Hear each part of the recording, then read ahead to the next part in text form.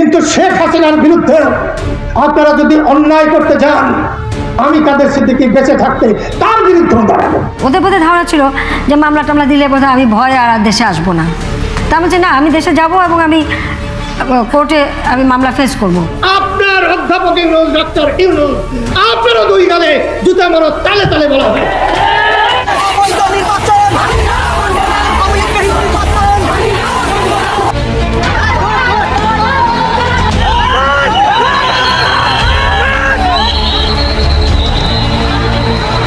অবৈধ নির্বাচন বাতিলের দাবিতে রাজপথে নেমে ডক্টর ইউনূসকে কঠিন হুঁশিয়ারি দিলেন বঙ্গবীর কাদের সিদ্দিকী।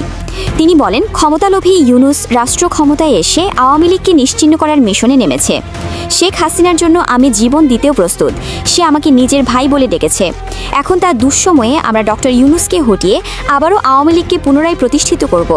দিল্লিতে যখন মাননীয় প্রধানমন্ত্রী আমাকে দেখেন, উনি আমাকে ভাই বলে ডেকেছিলেন।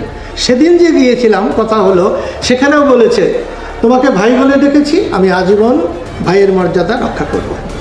আমাকে যিনি ভাই বলে ডেকে তার মর্যাদা রক্ষা করতে পারেন, আমিও বোনের মর্যাদা রক্ষা করতে পারি, আমি তার জন্য জীবন দিতে পারি।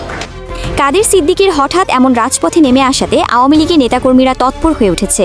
ঢাকাসহ দেশের প্রায় সকল জেলার রাজপথ অবরোধ করে বিক্ষোভ মিছিল করছে তারা। তাদের মিছিলে পুলিশ এবং বিএনপি নেতাকর্মীরা বাধা হয়ে আসলে সকলের উপর হামলা করছে তারা। সেখানে আহত প্রায় 2 শতাধিক বিএনপি কর্মী এবং পুলিশ। শেখ হাসিনা আমরা চাই, শেখ হাসিনা আছে, শেখ হাসিনা থাকবে।